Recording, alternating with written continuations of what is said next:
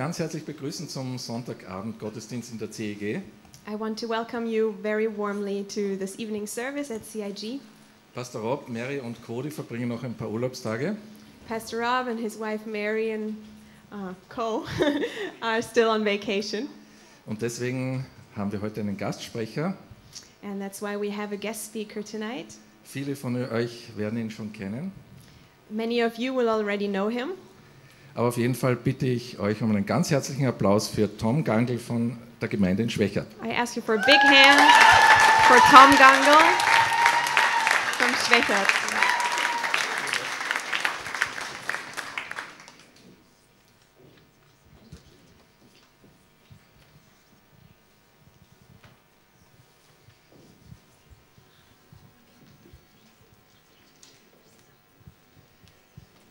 Ja, ich begrüße alle Freunde des gepflegten Schlafes am Sonntagmorgen.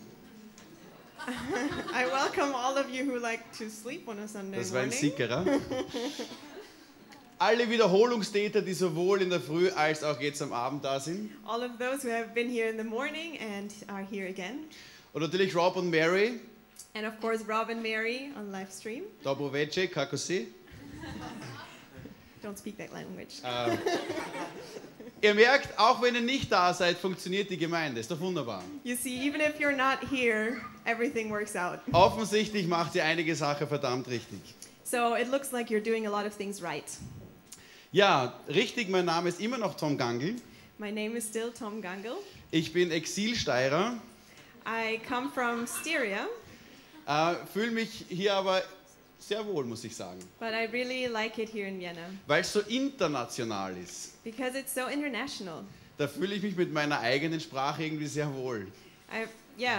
I like my language among the diverse languages. Aber man merkt 10 Jahre fernab. But 10 years of being here have an effect on you. Es ist einfach so, wo die Liebe hinfällt, da wächst kein Gras mehr. So where the love goes, there's no grass growing. Also ich muss es schon sagen, ich habe echt als Österreicher wirklich immer wieder Minderwertigkeitskomplexe gegenüber Deutschen. So I have to say that as an Austrian, I still feel a bit. Yeah, I have problems with Germans, let's say. Sie können nicht nur besser Fußball spielen, wobei wir checken das am Dienstag aus. They can not just play better soccer, which we will see on Tuesday. Sie schauen nicht nur besser aus, They don't just look better, sie können auch viel besser Englisch. but they can also speak better English. Weil wir alle wissen, wie Arnold Schwarzenegger Englisch kann. Because we all know how Arnold Schwarzenegger speaks English. Genau, also ich habe heute meine Frau mitgebracht und meinen kleinen Buben. So I brought my wife tonight and my little son. Normalerweise sind sie nicht dabei, Normally they're not here weil mein kleiner Sohn mag meine faden Predigten nicht. because my little son, he doesn't like my boring messages. Aber ich bin froh, dass Helen dabei ist, weil die baut mich dann wieder auf. But I'm really glad that Helen is here because she will encourage me afterwards. Also richtig, wir sind in einem Gemeindegründungsprojekt in einem der schönsten Flecken von Österreich tätig. So we're planting a church in the most beautiful places in Austria, Zwischen Raffinerie und Flughafen. between an oil place and the airport. Ja. Also es gibt wirklich Leute, die dort wohnen und die noch nichts von Jesus wissen und das versuchen wir zu ändern. So there's really people living there and who don't know Jesus yet, so we want to change that. Also nicht, dass sie jetzt davon ausziehen, sondern dass sie Jesus kennenlernen. So we don't want to change the fact that they live there, but that they don't know Jesus. Und das mache ich professionell. Ich bin also Profi-Christ. So that's my profession. I'm a professional Christian. Und das Coole am Profi-Christ sein ist, du hast die Eintageswoche. And the great thing about being a professional Christian is that you have a one-day work week. Also ich arbeite nur mehr sonntags So I just work on Sundays. und seit kurzem habe ich reduziert auf halbtags. And since recently, I reduced to part-time. Also dass ich heute 2 Predigten mache, ist eine Ausnahme. So it's an exception that I'm preaching 2 messages Aber ich habe today. ja eine Woche Urlaub gemacht, wie man sehen kann. But I had a week of vacation, as you can see. Also nichts Münz-Mallorca, sondern das ist wirklich ehrlicher, brutzelte kroatische Sonneneinstrahlung. Not like what you get in Mallorca, but real tan from Croatia. Also ihr werdet Rob und Mary wahrscheinlich nicht mehr wiedererkennen. So you will probably not be able to recognize Aber Rob and genießt Mary, die Zeit in Kroatien, super Sache. but really enjoy the time in Croatia. Wie gesagt, Urlaub ist auch das Stichwort für heute. So vacation is what I'm going to talk about now. Für viele ist er vorbei, das ist schade. For many, it's already over, so I'm Aber sorry es for ist eine gute that. Gesellschaft, bei mir ist es genauso. But you're welcome here because for me it's the same. Ich kann mit euch mitfühlen. I can feel for you Auch, dass die Ferien vorbei sind. that school holidays are over. Und wie cool ist es, wenn man Student ist, weil da fängt man immer erst einen Monat später an. Isn't it great if you're a student because then you start 1 month later? Egal, also ich liebe Segeln. So I love sailing. Ich habe euch auch ein Bild mitgebracht vom Segeln. I brought you a picture of when I was sailing. Für mich ist das einfach der Burner schlechthin. For me, that's the greatest thing to do. Traveling without moving. Campen auf dem Meer. It basically means camping on the ocean. You travel and you don't move. Du hast immer eine Abwechslung. You always have something new. Ein Tag ist es sonnig und heiß. One day the sun is out and it's hot. Am nächsten Tag sind Wolken oder Regen. The next day it's cloudy or it's raining. An einem Tag chillst du in einer einsamen Bucht. One day you just chill out in a cove. Und am nächsten Tag machst du die Nacht zum Tag in irgendeiner lebhaften Hafenstadt. The next day you're partying through the night in some kind of city. Am einen Tag ist es Flaute und es geht genau gar nichts weiter. One day there's no wind going at Und all. am nächsten Tag pfeift dir der Wind schon um die Ohren, dass du so die Fetzen And fliegen. the next day there's like a storm going. Es ist alles dabei und ich liebe das. So you have everything there and I just love that. Aber was ich am allermeisten mag, ist einfach diese Weite. But what I love the most is just the wide sea. Also ein kleines Fuzzi irgendwo am Meer draußen ist unglaublich inspirierend für mich. So to be this little something out on the ocean, that's just so inspiring for Und me. ein paar CEG-Homies sind schon infiziert von diesem Virus. And some of the CIG participants are already infected by Ja, this ja, die virus. haben schon gebucht für nächstes Jahr und fahren wieder mit mir. So they already booked and they're going next year with me again. Und das Coolste ist beim Segeln ist, ich kann Gott einfach so stark erleben in seiner Natur. And the greatest about sailing is that I can just experience God in nature Weil es so ruhig ist. because it's so quiet. Du hast keinen iPod, kein Fernseher, kein Internet-Access, kein Skype, kein all das Zeugs, nur du, Meer, Gott. There's no iPod, no TV, no music, no nothing. It's just you and God and Und ich mag nature. Segeln immer, obwohl ich noch vor 13 Jahren einer meiner dramatischen Erlebnisse genau beim Segeln hatte. And I still love sailing, although I had a really dramatic experience 13 years ago while sailing. Es war zu Pfingsten It was during Pentecost. und es war nicht vor 13 Jahren, sondern wie ich 13 Jahre war. Oh, and it was when I was 13 years. Also voll in der Pubertät. So I was a teenager in puberty. Also die Eltern machten nur Probleme. The parents were, giving me a hard time. Und ich habe ganz bewusst kein Foto von dieser Zeit mitgenommen. And I didn't bring a picture on purpose. Und das Schlimmste ist, wenn du auf Urlaub fährst, ist, wenn die Eltern mit dir auf Urlaub fahren. And the worst thing about it is that your parents go on vacation with you. Und noch schlimmer, deine zwei Schwestern. Eine größer und gescheiter als du und die andere kleiner und auch gescheiter als du. And the worst is even two sisters. One is older and she's smarter than you, and one is younger and she's smarter than you. Und ihr kennt das. And they just keep talking. Und die Eltern. And the parents keep talking. Oh mein Goodness. Ich als Sandwich schon mittendrin. And so I'm the sandwich in between. Es war es war sehr, sehr kalt. It was really cold. Der Wind hat gepfiffen. The wind was blowing. Und die Wellen wollten unbedingt meinen Magen dazu veranlassen, dass ich das Frühstück wieder recyceln. And the waves just, wanted me to recycle my breakfast. Und ich habe noch genau die Stimme im Ohr von meiner Mutter. Natürlich müssen wir zu Pfingsten fahren, weil zu Pfingsten ist es viel, viel billiger. And I can still hear my mom saying that it's so much cheaper during Pentecost, so we have to go during Pentecost. Aber für mich war der Fun-Faktor absolut im Keller. But for me, the fun factor was totally on the ground. Und als Krönung von dieser ganzen Geschichte habe ich dann noch so einen Pullover anziehen müssen. And the highlight of it all was that I had to wear this sweater. Kennt ihr diese Pullover, die die Omas stricken, so in langen, kalten Winternächten? You know those sweaters that your grandmas make you for very cold nights? Und ich liebe meine Oma heiß und innig, aber diese Pullover, And I really love my grandma, but those die sweaters, kratzen, they itch. wo man Augenkrebs bekommt von den Farben, You kind of get eye cancer from the colors. wo man ausschaut wie so ein Marshmallow-Mandel. You look like a marshmallow. Auf jeden Fall haben wir die anziehen müssen, weil es war ja kalt. So anyways, I had to wear it because it was cold. Und ihr könnt euch vorstellen, dass meine Bereitschaft, den Kommandos meiner Eltern zu folgen, auf einem historischen Tiefpunkt angelangt So ist. you can imagine that my willingness to obey my parents was basically like zero. Und genau da ist es passiert. And that's when it happened. Wenn man beim Segeln gegen den Wind fahren will, geht das nicht. If you want to sail against the wind, that doesn't work. Sondern man muss im Zickzack fahren. Eine Wende, nächste Wende, nächste Wende, nächste Wende, nächste Wende, nächste Wende. But you have to go in zigzag, basically, right, left, right, left. Und ich finde das heute voll cool. And now I think it's really cool. Aber damals habe ich es gehasst wie die Pest. But back then, I just hated it. Weil dann immer meine Mama gesagt hat, runter Thomas in die Kajüte. Because my mom always said, Tom, go down to the bottom of the ship. Weil es ist viel zu gefährlich, wenn man als kleines Kind oben bleibt. Because it's way too dangerous if you stay up. Und bei einem Manöver habe ich mir gedacht, so, ich glaube, ich habe es jetzt heraus. And during one maneuver, I just thought, now I know how to do it. Ich halte mich einfach am Geländer fest.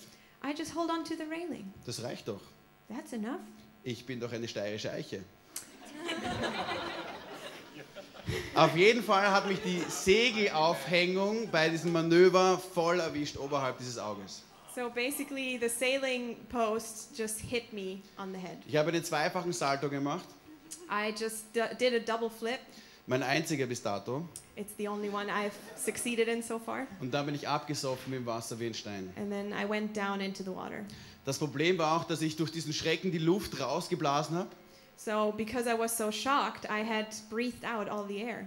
Und dieser Oberpullover sich sofort mit Wasser vollgesogen hat. And this grandma sweater just filled up with water, Und hat mich soaked unter up. Wasser gezogen. And it pulled me down under the water. Und mein Vater hat einen riesen Fehler gemacht, aber der hat wahrscheinlich mein Leben gerettet. And my father made a big mistake, but he probably saved my life. Er ist sofort nachgesprungen. He just went after me. Und das war die einzige Möglichkeit. Er hat mich erst beim zweiten Mal tauchen, hat er mich herausgezogen und mich reanimieren können.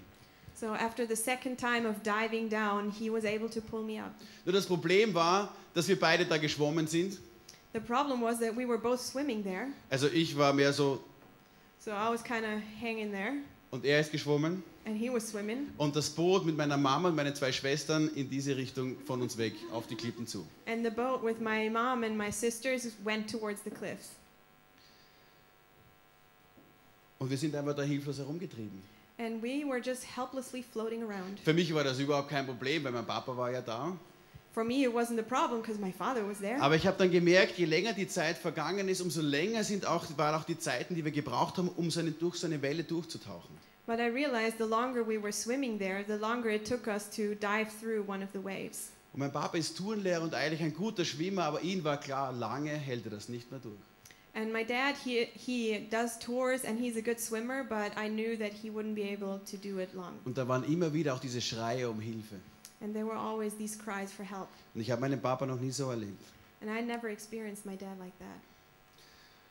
Aber so circa nach 20 Minuten, But after about 20 minutes, da hat mir jemand gesagt, komm, nimm diese Schwimmweste. somebody said to me, come, take this life vest. Halt dich da fest. Hold on to this. Und ich sehe noch, wie sich mein Papa mehrmals übergeben muss. And I had to witness my dad throwing up several times. Und wie so ein junger Student sich über mich beugt und versucht, da meine Wunde da irgendwie da zu verarzten. And how a young student just kneeled over me and tried to fix my wound. Wir hatten das Glück, dass uns ein Schiff bergen hat können. And we were lucky that they could save the boat. Ich habe dieses Erlebnis lange nicht wirklich richtig einordnen können. For a long time, I didn't know where to place that experience in my life. Erst 6 Jahre später, mit 19, da hatte ich wieder so eine tiefe Krise. Just 6 years later, when I was 19, I was going through a deep crisis. Die Frau, in die ich voll verknallt war, hat mir zum 3. Mal gesagt, nein, du bist es nicht. The woman who I was totally in love with told me the 3rd time that she doesn't want me. Aber Freunde, ich sage euch, es zahlt sich aus, dran zu bleiben. Friends, I can tell you, it's worth persevering and pursuing further. Ich hatte auch massive Glaubensfragen. I had just big questions of faith. Wie kann ich an einen Gott glauben, den ich nicht sehen kann, den ich nicht spüren kann, der keinen Facebook-Account hat und den ich nicht anskypen kann? How can I believe in a God who I don't see, who I don't feel, who I can't Skype, or who doesn't have a Facebook account? Ist er wirklich Realität in meinem Leben oder glaube ich halt nur das, was meine Eltern auch glauben? Is he really reality in my life, or do I just believe this because my parents do? Und genau in dieser Zeit hatte ich zum ersten Mal einen echt fetten Traum. And exactly in that time, I had a dream that really impacted me. Ich habe das normalerweise nie oder ganz, ganz selten. So normally I don't have these kind of dreams. Und wenn, dann träume ich Very immer einen rarely. Käse, dass ich irgendwo über die Berge fliege oder so irgendwas. Or I dream about some kind of stupid things. Aber das war so klar, da habe ich Jesus mitgenommen auf die Reise und ich habe noch einmal Bild für Bild die ganze Szene durchgespielt, was da vor 13 Jahren passiert ist. But there it was so clear. Jesus was taking me on this journey and showing me all the pictures of what had happened on that day on the boat. Und er hat mir noch einmal gezeigt, was da alles hätte passieren können. And he showed me again what could have happened back then. Und dann hat er gesagt, hey, meine Wege sind nicht die deinigen. And then he said, my ways are not your ways. Und meine Gedanken sind nicht die deinigen. And my thoughts are not your thoughts. Und wie ich dann schweißgebadet aufgewacht bin, And when I woke up all in sweat, noch viel schlimmer als jetzt, worse than now, da war mir klar, dass es hätte vorbei sein können mit mir. I really realized that it could have been the end. Aber dass Jesus offensichtlich noch was vorhat. But that Jesus apparently had still a plan with me. Dass ich weiterleben darf zu seiner Ehre. That I can go on living to his glory. Mir war klar, dass Jesus Realität ist I realized that Jesus is reality und dass er einen Plan hat. and that he has a plan. Und dass ich heute da stehen kann und zu euch reden darf, ist für mich ein unheimliches Privileg und wiederum ein Beweis dafür, dass Jesus lebt und einen Plan hat. And the fact that I'm standing here speaking to you tonight is a miracle and proves that Jesus is real. Jesus hat zu mir gesprochen, mein Leben hat sich verändert. Jesus spoke to me and my life changed. Eine Begegnung einer ähnlichen Art hat jemand durchgemacht, den ihr wahrscheinlich alle kennt. And a similar encounter happened to somebody who you probably all know. Ihr kennt ihn unter seinem späteren Namen, nämlich Paulus. You know his latter name, that is Paul, Der Missionar und viel zitierte Vorzeige-Paradechrist schlechthin. the missionary and super professional Christian. Aber meine lieben Freunde, der Mann war nicht immer so. But you know what, friends? He wasn't always that way. Denn eigentlich kennen wir Paulus als Saulus von Tarsus. Because really we know Paul as Saul from Tarsus. Und in der Apostelgeschichte Kapitel 7 kommt er das erste Mal vor. And in Acts 7, he appears for the first time. Die christliche Gemeinde, ausgehend von den 12 Jüngern von Jesus, war damals noch sehr, sehr klein. There was the first church with the 12 disciples, and it was still very small. Und möglicherweise war die Kreuzigung von Jesus noch nicht einmal ein Jahr her. And probably the crucifixion of Jesus had only been around a year ago. Aber schon damals hat es begonnen, dass diese Christen verfolgt worden sind, und zwar systematisch. But even then, the Christians were already persecuted in a systematic way. Und schon ganz zu Beginn gibt es auch Tote zu beklagen. And right from the beginning, there were deaths happening. Stephanus wurde als erster Märtyrer qualvoll zu Tode gesteinigt. Stephen was stoned as the first martyr. Und wir lesen das sozusagen als Randnotiz. And we kind of read that on the side. Und jetzt gilt es, die Bibel aufzufischen und Apostelgeschichte Kapitel 7, Versen 58 und fortfolgende aufzuschlagen. Wenn du keine Bibel dabei hast, kein Problem, setz dich einfach neben den Christen, die haben meistens eine dabei. So now you can pull out your Bible and read along, or look into the Bible of somebody who has one, who's probably a professional Christian. Aber das Coole an der CEG sind diese riesengroßen Fernseher. Ich wünschte, ich hätte auch so einen zu Hause. The cool thing about CIG are these huge TVs. I wish I had Aber one meine at Frau home. ist froh, dass sie keinen riesigen daheim haben. But my wife is happy to not have a big one. Anyway, Anyways. egal, ja. Da steht in Apostelgeschichte Kapitel 7, Vers 58, da zerrten sie ihn, Stephanus, aus der Stadt hinaus und steinigten ihn. Dabei legten die Zeugen ihre Obergewänder vor einem jungen Mann hin, der Saulus hieß. Während sie dem Stephanus steinigten, betete dieser: Herr, nimm meinen Geist auf. Auf die Knie gestürzt rief er noch einmal laut: Herr, rechne ihnen diese Sünde nicht an. Mit diesen Worten starb er. At this they covered their ears, and yelling at the top of their voices, they all rushed at him, dragged him out of the city, and began to stone him. Meanwhile, the witnesses laid their clothes at the feet of a young man named Saul. While they were stoning him, Stephen prayed, Lord Jesus, receive my spirit. Then he fell on his knees and cried out, Lord, do not hold the sin against them. When he had said this, he fell asleep.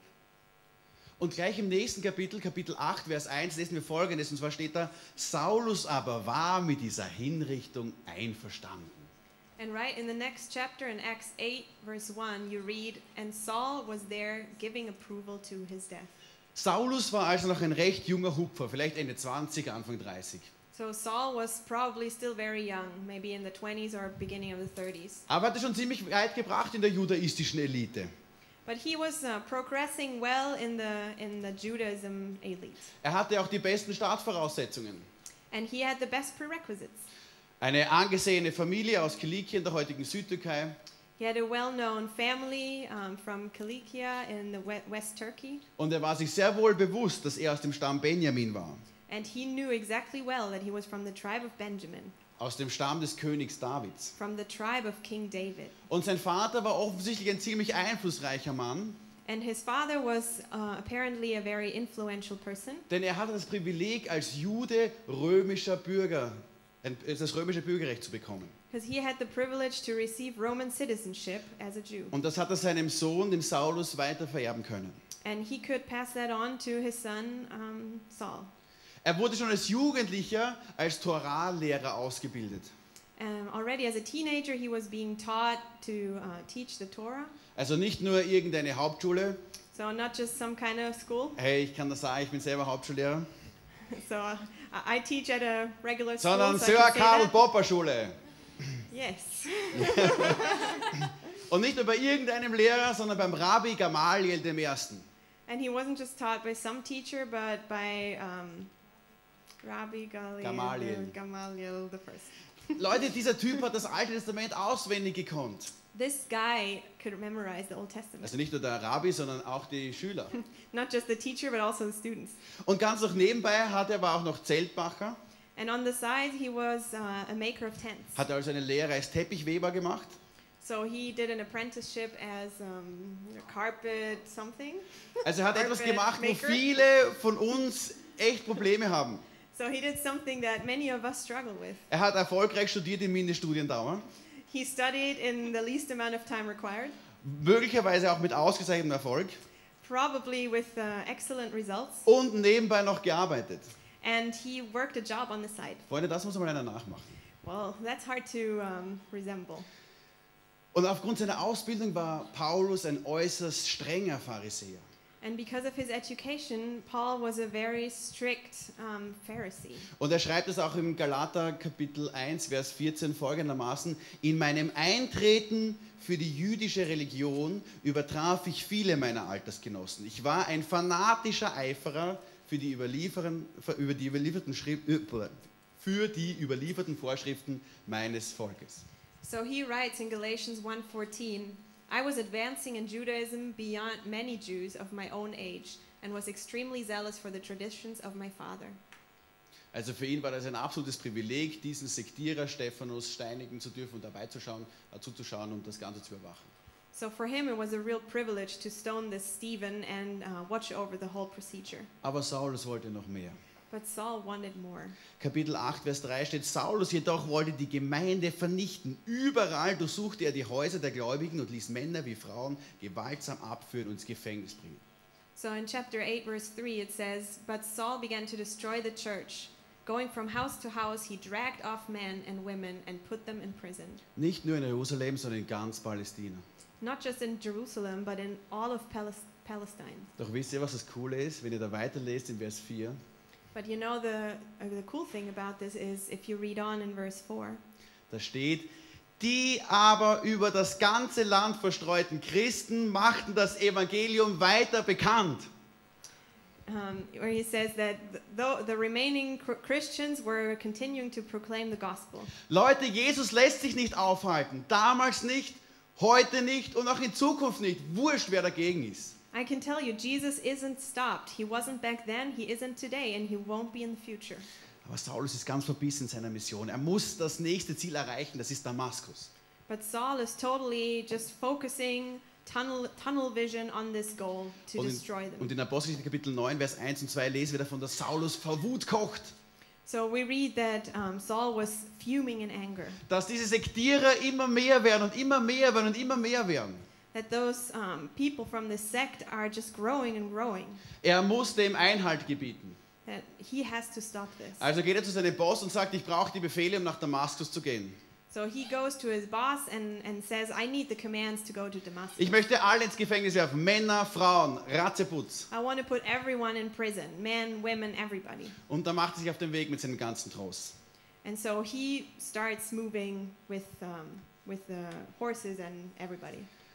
Und die 240 Kilometer zwischen Jerusalem und Damaskus wird er wahrscheinlich nicht in einem Audi R8 absolviert haben. And the distance between Jerusalem and Damascus, about 240 kilometers, he probably didn't use an Audi R8.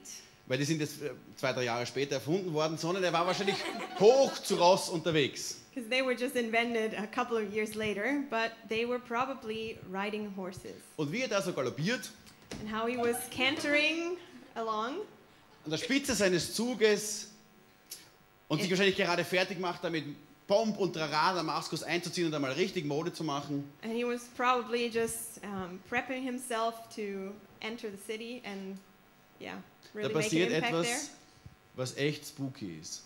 Then something happens that's kind of spooky. Und damit ihr nicht glaubt, ich wäre irgendein Geschichteldrucker oder sowas, lese ich euch das jetzt vor. And so you don't think that I'm making all this up, I'm going to read this to you. Apostelgeschichte Kapitel 9, Verse 3 bis 9. In Acts 9, verses 3 to 9. Plötzlich auf dem Weg nach Damaskus, kurz vor der Stadt, strahlte ein Licht aus dem Himmel. Es blendete ihn von allen Seiten, sodass er zu Boden stürzte. Gleichzeitig hörte er, wie eine Stimme zu ihm sagte: Saul, Saul, warum verfolgst du mich? Wer bist du, Herr? Antwortete er. Ich bin Jesus, den du verfolgst, erwiderte die Stimme. Steh jetzt auf und geh in die Stadt, dort wird man dir sagen, was du tun sollst. Die Männer, die ihn auf der Reise begleiteten, standen sprachlos da. Sie hörten zwar eine Stimme, sahen aber niemand. Saulus richtete sich vom Boden auf und öffnete seine Augen, doch er konnte nichts sehen. Man musste ihn an der Hand nach Damaskus führen. 3 Tage lang konnte er nichts sehen, aß und trank nichts. As he neared Damascus on his journey, suddenly a light from heaven flashed around him. He fell to the ground and heard a voice say to him, Saul, Saul, why do you persecute me? Who are you, Lord? Saul asked. I am Jesus, whom you are persecuting, he replied. Now get up and go into the city, and you will be told what you must do. The men traveling with Saul stood there speechless. They heard the sound but did not see anyone. Saul got up from the ground, but when he opened his eyes, he could see nothing. So they led him by the hand into Damascus. For 3 days he was blind and did not eat or drink anything. Wenn wir weiterlesen, schenkt Gott noch einmal ein Wunder, eine Vision, ein Bild, ein Traum. When you keep reading, you will see that God does another miracle. He gives a vision, a dream. Sowohl Hananias, einem Judenchristen aus Damaskus, As well as Ananias, a Jewish Christian from Damascus, wie auch Saulus selber. as well as Saul himself. Und zwar so klar und deutlich, dass Hananias sofort beschließt, seinen potenziellen Todfeind aufzusuchen. It was so clear that Ananias immediately decided to look for his enemy. Er geht also zu Saulus. So he goes to Saul. Und wir lesen das weiter in Apostelgeschichte Kapitel 9, Vers 17 bis 22, dass Hananias in jenes Haus ging. Er legte Saulus die Hände auf und sagte: Saul, mein Bruder, der Herr hat mich geschickt, Jesus, der dir auf dem Weg hierher erschienen ist. Du sollst wieder sehen können und mit dem Heiligen Geist erfüllt werden. Im selben Augenblick fiel es Saulus wie Schuppen von den Augen und er konnte wieder sehen. Er stand auf und ließ sich taufen. Dann aß er etwas und kam wieder zu Kräften. Er war erst einige Tage bei den Jüngern in Damaskus. Da predigte er schon in den Synagogen, dass Jesus der Sohn Gottes ist. Alle, die ihn hörten, waren fassungslos. Ist das nicht der Mann, der von Jerusalem erbarmungslos alle verfolgt hat?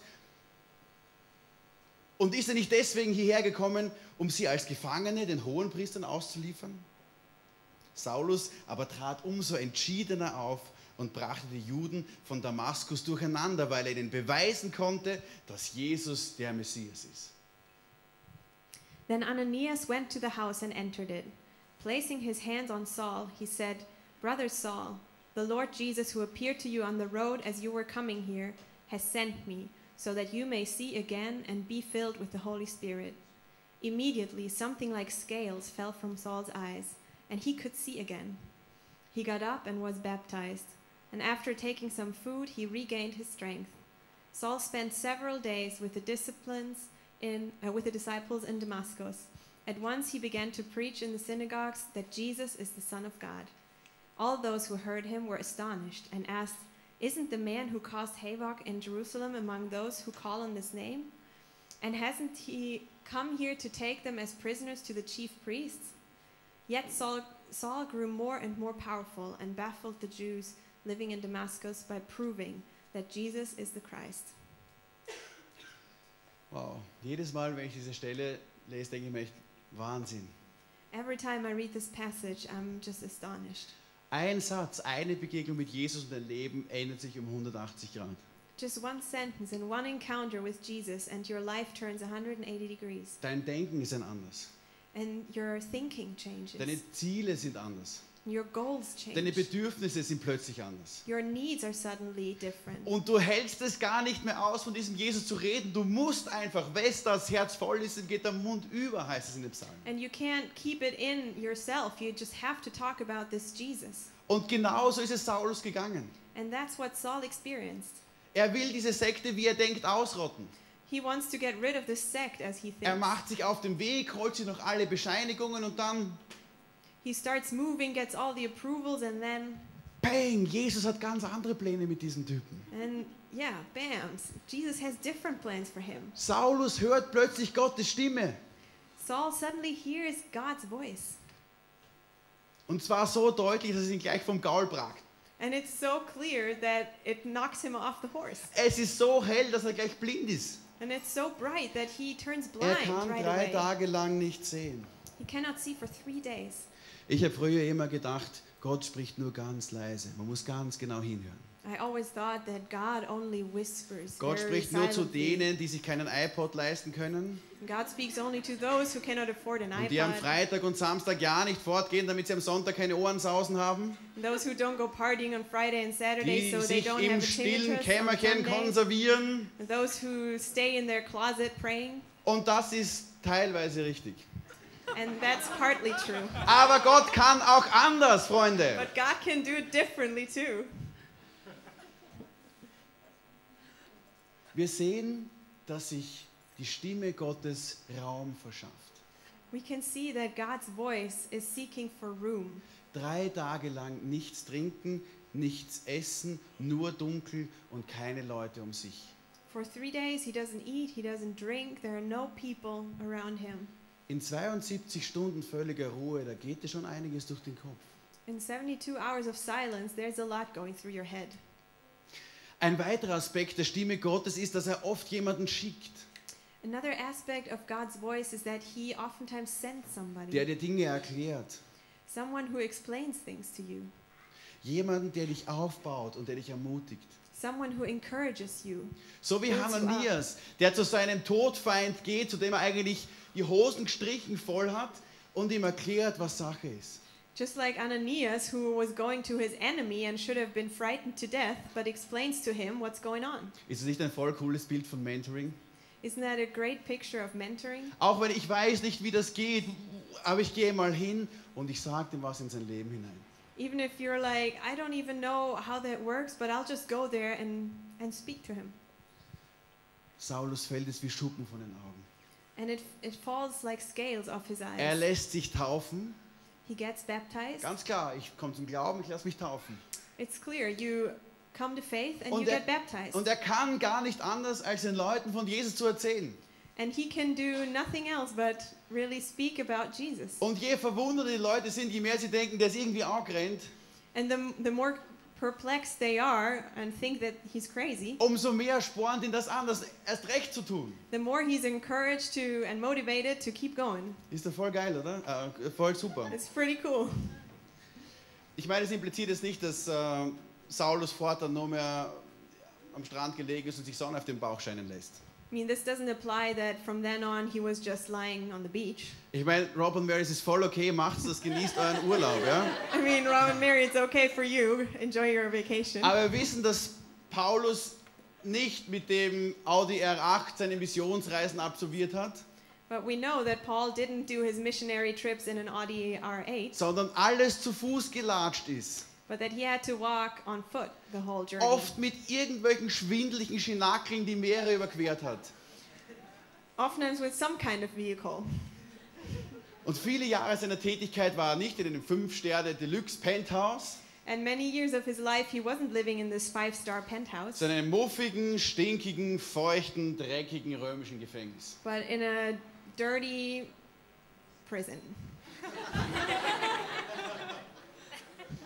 Letztendlich hat Paulus genau das gleiche Schicksal erlebt wie Stephanus. In the end, Paul was experiencing the same as Stephen. Er war so davon überzeugt, diese Begegnung hat ihn so davon überzeugt, dass er sein Leben gegeben hat. This encounter just pricked him so much that he gave his life over Für seinen Glauben. for his Er faith. war derjenige, der die gute Nachricht denjenigen gebracht hat, die laut seinem Verständnis, laut dem Jüdischen überhaupt keinen Zugang zu Jesus haben. He was the one bringing the gospel to those who, according to Jewish law, didn't even have access to it. Er hat viele Briefe der Ermutigung, der Ermahnung und des Trostes geschrieben. He wrote many letters of encouragement and comfort and exhortation. Und liebe Freunde, er war es, der, wo wir nachlesen können, derjenige war, der das Evangelium, die gute Nachricht nach Europa gebracht hat, dass du und ich daran glauben dürfen. And he was the one that we can read later, was the one to bring the gospel to Europe, which is why you and I can believe today. Okay, vielleicht denkst du jetzt, hey, ich bin nicht Saulus von Tarsus, sondern ich bin der Georg aus Stix-Neusiedl. Maybe now you think I'm not Saul from Tarsus, but I'm some kind of person, Oder die Gretel von Lab im Walde. or some other Disney figure. Was kann ich schon tun? Gott kann mich nicht gebrauchen, ich kann ja nichts. So what can I do? God can't use me. I'm not able to do anything. Hey, ich sagte, du bist in bester Gesellschaft. I can tell you, you're in good company. Freunde, Noah war ein Säufer. You know, Noah was a drinker. Abraham war zu alt. Abram was too old. Isaac war ein Tagträumer. Isaac was a daydreamer. Jakob war ein Lügner. Jacob was a liar. Lea war hässlich. Leah was ugly. Josef stotterte. Josef wurde missbraucht. Joseph was abused. Mose stotterte. Moses stuttered. Und er war ein Mörder, by the way. And he was a murderer. Gideon hatte Angst.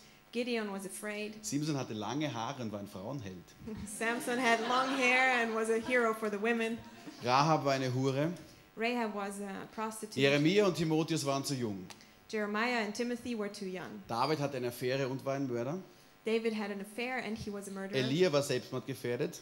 Elijah was in danger to commit suicide. Jesaja predigte nackt. Isaiah preached naked. Jona lief vor Gott weg. Jonah ran away from God. Naomi war Witwe. Naomi was a widow. Hiob war pleite. Job was broke. Johannes der Täufer aß Käfer.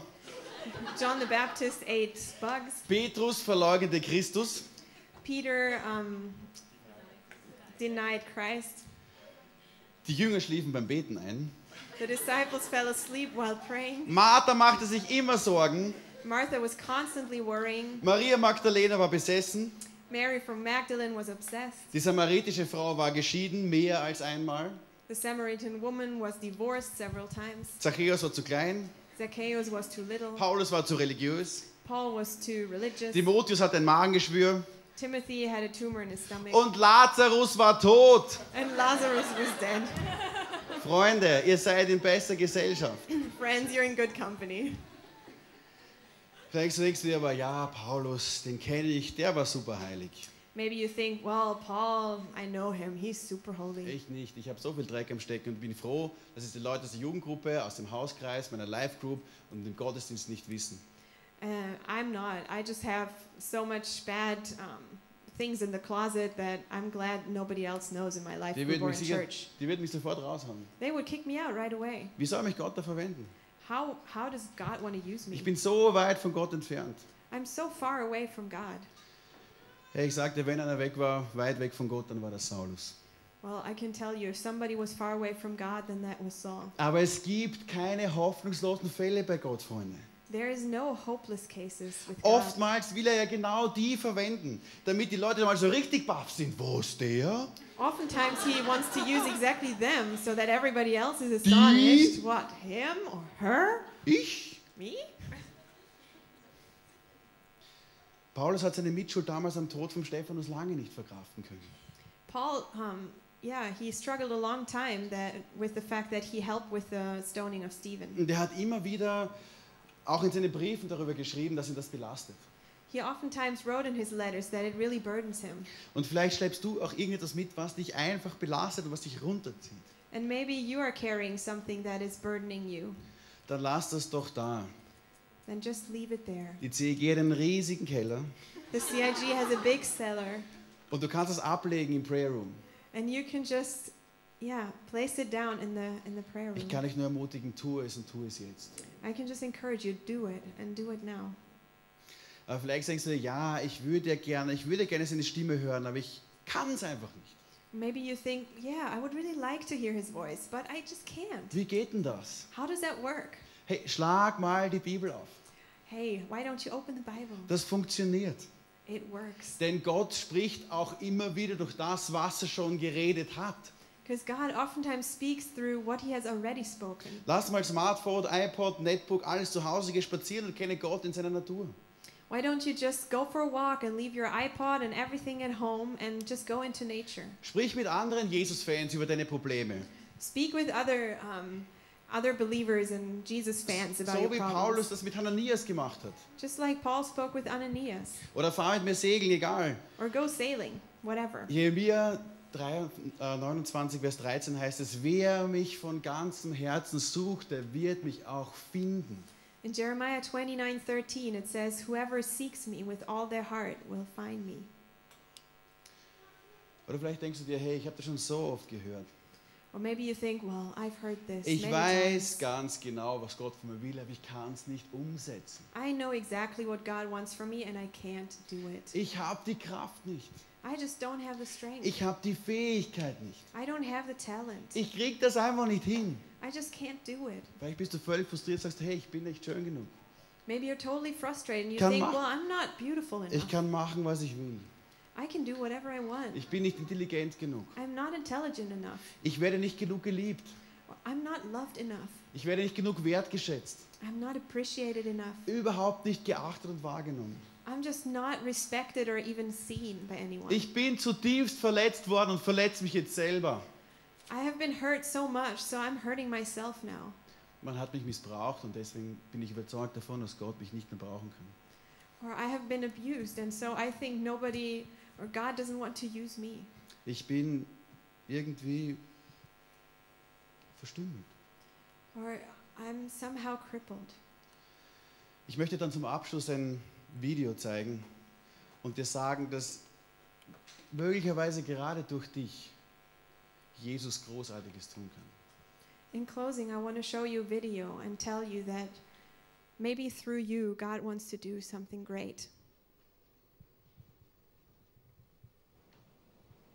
Halloween of 2003, I was 13 years old and I was surfing with my best friend. It was like a picture perfect morning. It was beautiful out and the water was just crystal clear blue.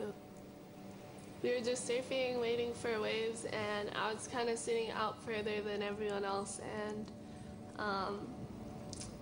within a split second, the shark came and took my arm. I didn't really have time to think much. Right away, I just knew I had to get to the beach just to survive this. Immediately, my friend. It was like a picture perfect morning.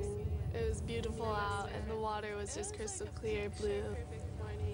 We were just surfing, waiting for waves, and I was kind of sitting out further than everyone else. And within a split second, the shark came and took my arm. Within a split second, the shark came and took my arm. Time to think much. Within a split second, away, I just knew I had to get to the beach just to survive this. Right away, immediately my friends came and helped me. I just kind of laid there and just prayed the whole way. I just helped me. I just kind of asking God for help. Prayed the whole way. I just helped me. I just kind of asking God. I had lost about 60% of my blood, and as I was getting into the ambulance,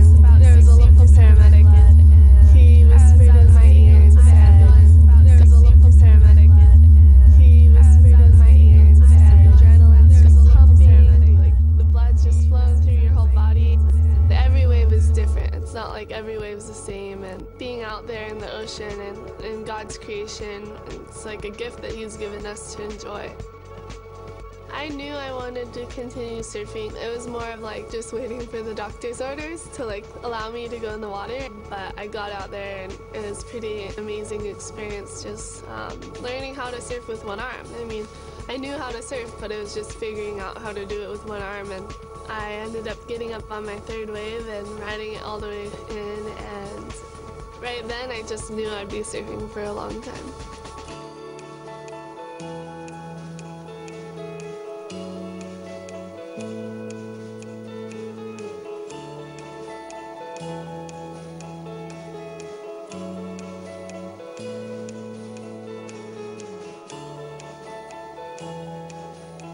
From what seems like such a horrible thing, God has just brought glory to Himself through me, and I've been able to just be a good light to people and share His love. I wake up every day and honor God in everything that I do, and I may fall short sometimes, but all I want to do is love Him. My name is Bethany Hamilton, and I am second.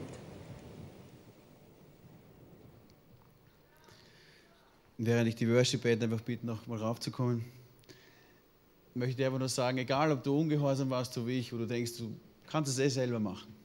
And I want to tell you, if you have been disobedient and thought like I did, you can do it on your own. Und du dann dich auf einmal wiederfindest in einer Situation, wo du weißt, da kommst du eigentlich lebend nicht mehr wieder raus. And then you suddenly find yourself in a situation where you realize you can't get out of there alone. Oder so wie Saulus, du bist in der völlig falschen Richtung unterwegs. Or just like Saul, you're going the wrong direction. Wenn du dich total elend und mies fühlst. Or you feel just miserable. Ich bin überzeugt, dass es da draußen irgendjemanden gibt.